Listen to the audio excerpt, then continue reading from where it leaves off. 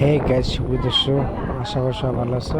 আমি ফজরের নামাজ পড়ে শুরু করলাম। আমি গেতেছি এখন কাপড় দিতে, শার্ট আনছি তার দোকানে, শার্ট দিতে গেতেছি। আমার সঙ্গে আছে ফাকরুল ভাই বাইক চালাতেছে, আমি পিছনে বসে ওই যে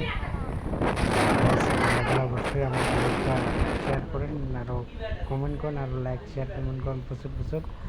ভালো লাগলে অবশ্যই।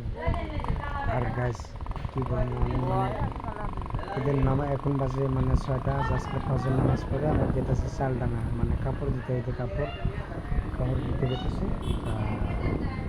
আমার আমি বললাম ফাঁকুল চলো যাই এক জায়গায় কাপড় দিতে যাবো, তা এই জন্য কাপড় দিতে যেতেছি চালডাঙ্গা যাবো।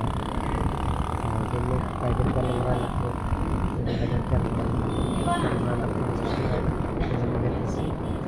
আমার তো বাইক নেই না, এই জন্যই মানুষের বাইক চলা গাড়ি।